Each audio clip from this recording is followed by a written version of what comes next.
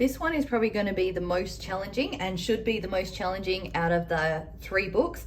This one's really focusing on problem solving and logical thinking, those critical thinking skills as well, which kids these days, you know, so much is done for them, so much is just accessible, straight, you know, Googling information with the technology that they have access to now, that they often don't have the problem solving skills and logical thinking skills that we may have grown up with when we didn't have access to that technology. Yeah. And also just lives seem to be so much busier now, often with both parents working. And, you know, I do the same as well, where you often give your kids what they need rather than letting them figure it out themselves. I keep seeing this quote on Facebook, it keeps popping up, about never helping a kid with a task when they think they can complete it successfully. Yeah, not us interfering and rushing in and trying to do it for them because they're taking so long, which yes, it does your head in, but to just be aware of that, you know, as an everyday life thing,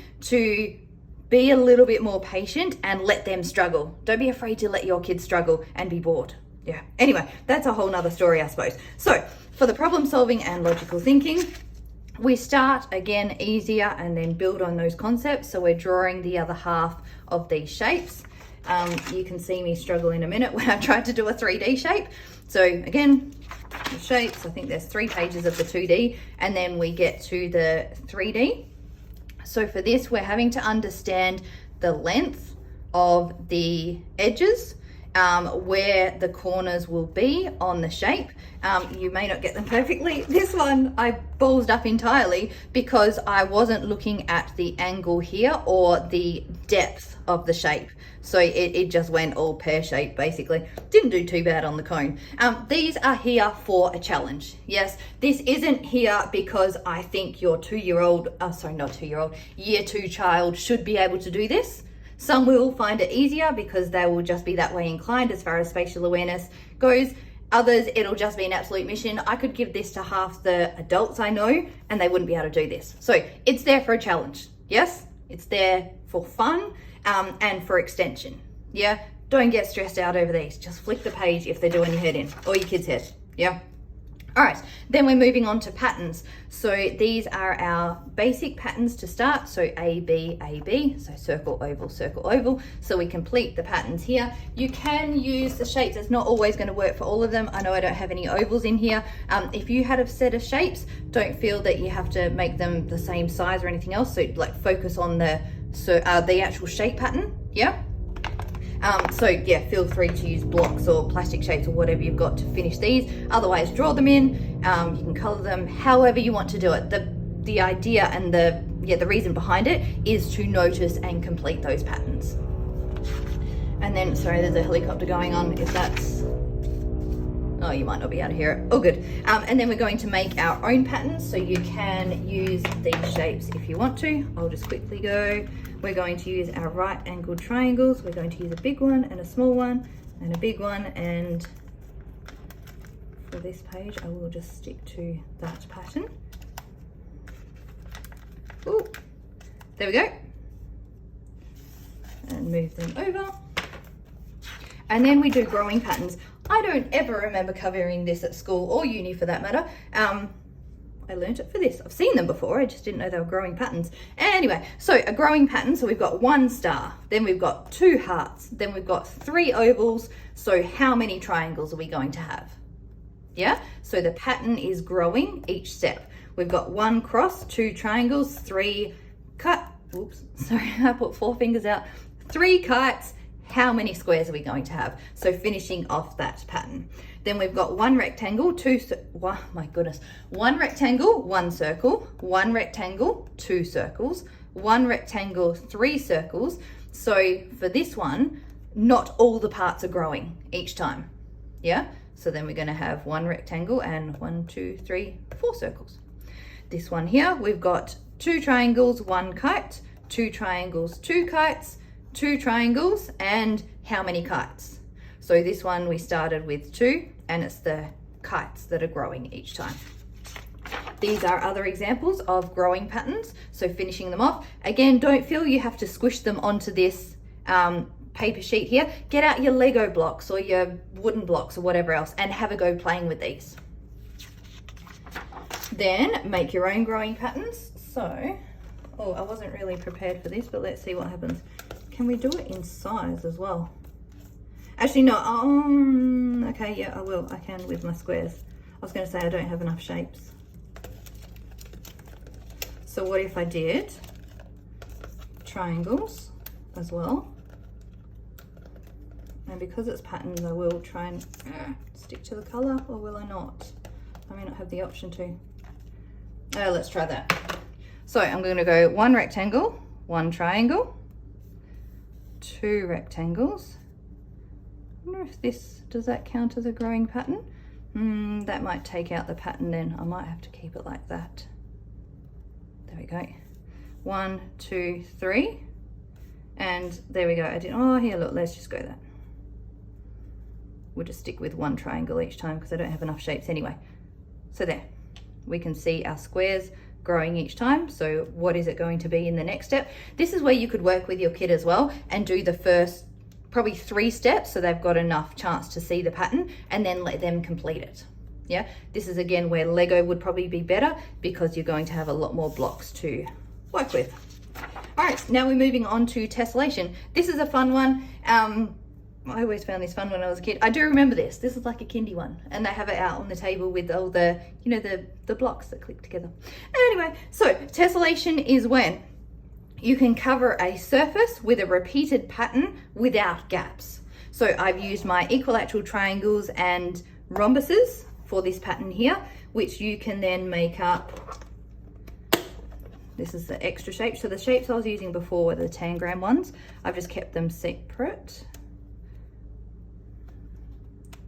And then extension 1 from this activity is what shapes tessellate and which shapes don't.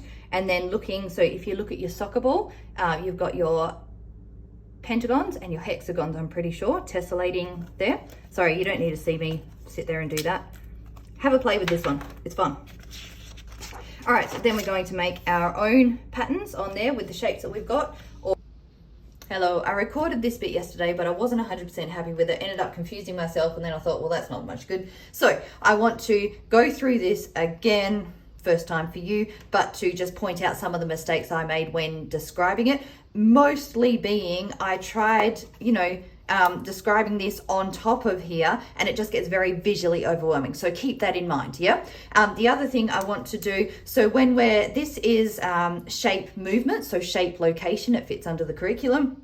So when we're flipping a shape, either vertically or horizontally, when we are turning it left or right, whether that's quarter or half turns, and when we are sliding it. So moving a shape, seeing when it changes, seeing when it doesn't, and going through those movements. So we'll start from here. So we're going to use a right angled triangle. Now, if I flip that vertically, think of that as a mirror image. So if my hand was there, what's it going to look like in the mirror? Which it's going to look like that, yeah? So when I did it yesterday, I had a shape that had different patterns on either side. So I just want to get that point across, that mirror image. And then if we flip it horizontally, it's going to look like that. Yes? Does that make sense? So we're using the language at the moment to flip it and then turn it. So a turn is when, it's also tricky with a right angled triangle. So when we're just turning it, yeah? So that was a quarter turn to the left, another quarter turn, and if I do a half turn to the right, it's going to end up there, yeah? So we're just turning the shape left or right. And then when we slide it, we are just sliding it. So we're moving it, say, from the middle of the page to the top, or to the bottom, or to the middle right, or the left, yes? So the shape itself doesn't change. Yeah, we are just moving it. So that is what slide is. Now, if you don't have any other shapes at home, I tried to explain it again yesterday with the flashcards. Don't do that because obviously there's no shape on the back. Yeah, so what you can do is grab a parallelogram is a good one to actually see it change when you rotate it, flip it. Whereas some shapes, so say a rectangle, you can't tell the difference if you've done a half turn. Yeah, so parallelogram is a good one. I know you're getting the light reflecting there, sorry. I'm just going to color in the back the same color. I thought of this last night because I stressed myself out over this video and I don't like doing things half-assed. And like I said at the beginning as well, I really want you to understand these concepts so you can teach them confidently.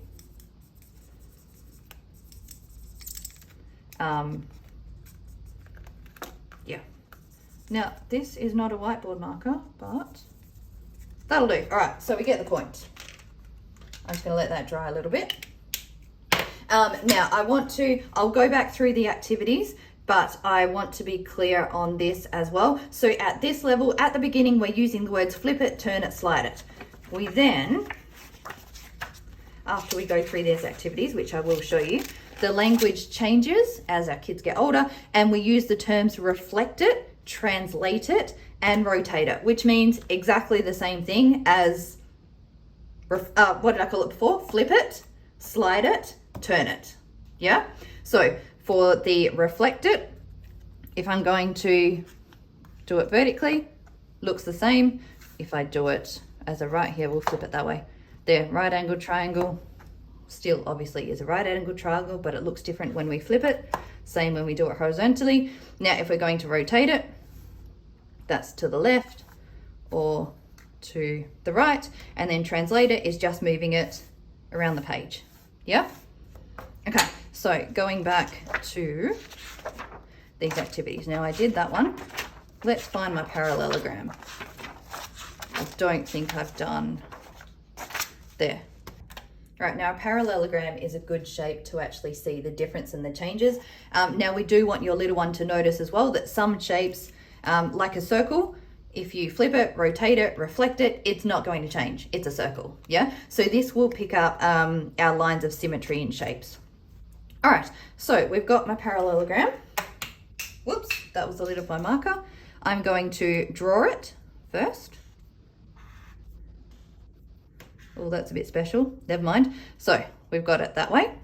Then we're going to flip it. So I'm going to flip it vertically, completely up to you whether you want to do it vertically or horizontally. There we go.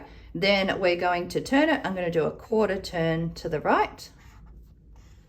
Now, if your little ones are older and want the challenge, take away the shape as an example, yeah? And then slide it is just moving it across so it'll look the same. Oh my goodness, not like that. I was about to do a trapezium. We'll just make that a bit longer. There we go. Yeah?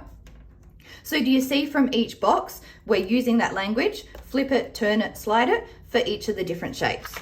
So on all these ones, we start with the circle, oval, heart, triangle, triangles, our quadrilaterals, all the way through to our cross and star. And then we've got the next level of language, but we're doing the same activity. So reflect it, rotate it, translate it. So let's do the circle. I'm going to draw my circle. Now I'm going to imagine a mirror there, how it would look for a mirror image. So reflected, still going to be a circle. I'm going to rotate my circle, still a circle, and then translate it. So I'm going to move my circle from there across the page, and it looks exactly the same. Yeah, so we want your kids to discover that and discover why. Yeah, so you've got all the different shapes to go through there, and then we add another level of instruction. So we've done those ones. Let's go my triangle. We'll try and do it without, but I've got it there if I need it. So I'm going to draw my right angled triangle. I'm going to reflect it vertically, so this way. I am going to rotate it anti-clockwise. So my right angle is going to end up here. And I'm going to translate it down. So I want it further down on the page. There you go. Does that make sense? I hope that makes sense. And then, oh, there's two different instructions for each shape. I was looking for, oh, hang on, that might be next. Yep, that's next. So this one is shapes that change when they were reflected. So some shapes won't change, decagon, octagon, hexagon, because If we draw a line through the middle, they're exactly the same on both sides. If we draw a line through the middle horizontally, again, they're exactly the same on both sides. Same for these shapes, the square, and then I think everything else. Some will be the same when reflected vertically, but not the same when reflected horizontally. Yeah, so discovering that as well. You may want to put that in a group where they're all the same when reflected vertically. And then, oh, the cross goes in that pile as well. Oval would be the same there. And then some will be the same when reflected. No, you go over there as well. Horizontally, but not vertically. That is not an example. Hang on, let me find one. Or is there one? Maybe there's not. You go over that side as well. Okay, do you see how there's so many different options and ways to sort them? And, you know, discovering, thinking, okay, there will be one for that, and then, oh, maybe not. So I would say all of these ones can be done vertically. They'll be the same. And a right angled triangle, that one will not, either way. Kite, horizontally, vertically, yeah, you go over there. No, nonagon. So through the middle, through the middle, through the middle. There you go, so it's a right angled triangle that doesn't fit with everything else. All right, let me move these ones out the way. So we've got shapes that didn't change, shapes that did change, changed when they were rotated a quarter turn. So an oval will change when it's rotated a quarter turn. And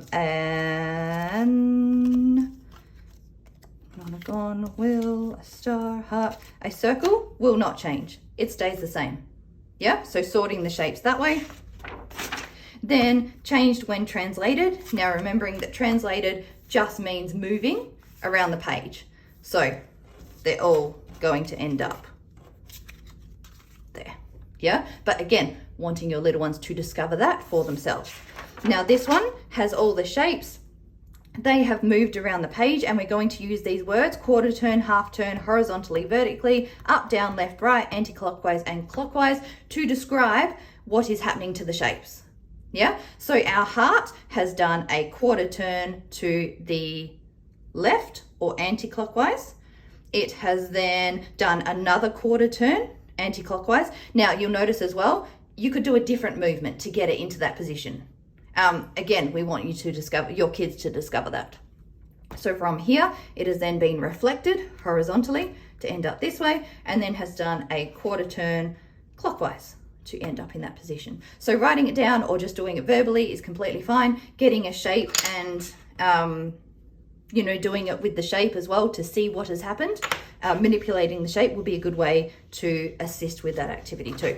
So we go through all the different shapes here, and we're up to the tangrams. All right, so your tangram, just get out your shapes, one of each of the shapes. So you need a red, whoops, and a blue, and a triangle. Is that it? 1, 2, 3, 4, 5, 6, 7. 1, 2, 3, 4, 5, 6, and I'm missing, what am I missing? 2 triangles, my other triangle shape. There we go. So this one is just copying. Yeah, so putting the shapes in the right place to match this picture. And then on the next page, there we go. Move that out the way. I'll put that down here actually. On the next page, we're making up that tangram without the picture to guide us. Hopefully I will get this right. I've done it a million times.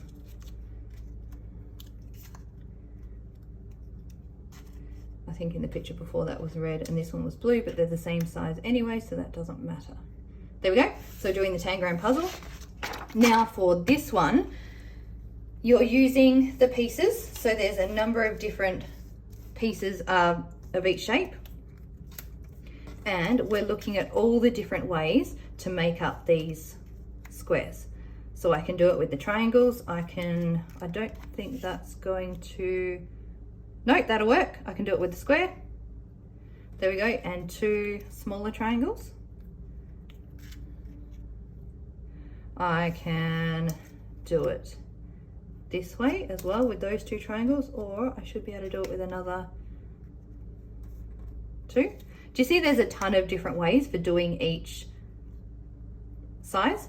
Same for this one, you can do the traditional tangram, or you can use the extra pieces that we've got. There should be another big blue one.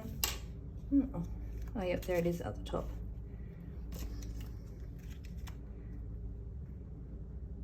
So looking how our shapes work together to make other shapes. So this is all problem solving, building that resilience as well.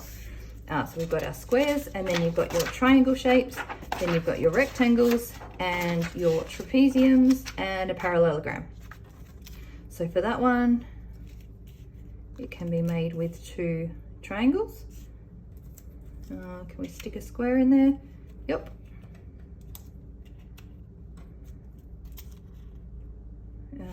What else can we, I don't think a rectangle will work anywhere. What about a parallelogram?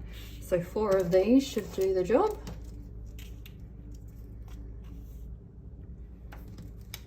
And I'll see if I can do it with a square.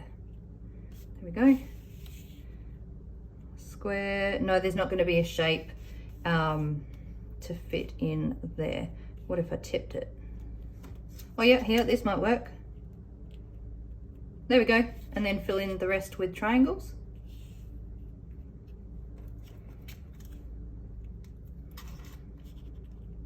There. All right, you get the point.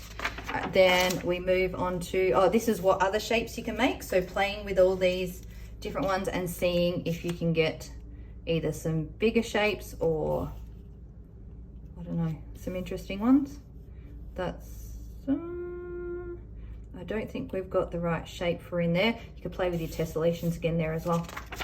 All right, and then this one, we are using those 7 tangram shapes, so not the rest of the pieces. 1, 2, 3, 4, 5, 6, 7. And then we're making the picture. So copying, this is all problem solving and spatial awareness as well. And then you're moving those shapes around, flipping, rotating, translating, and there you go, there's my bird. All right, and you've got the bird, camel, cat, dancer, goose, another person, looks like they're ice skating, rabbit, and a swan, and then you can make up your pictures too. There's hundreds of different combinations with the shapes to make up different animals, pictures, whatever else. All right, I finally got to the end. I've spoken for like an hour and a half.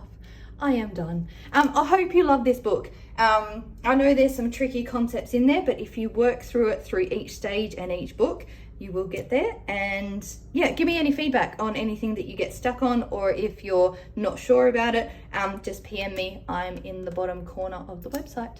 All right, I'll talk to you soon. Bye.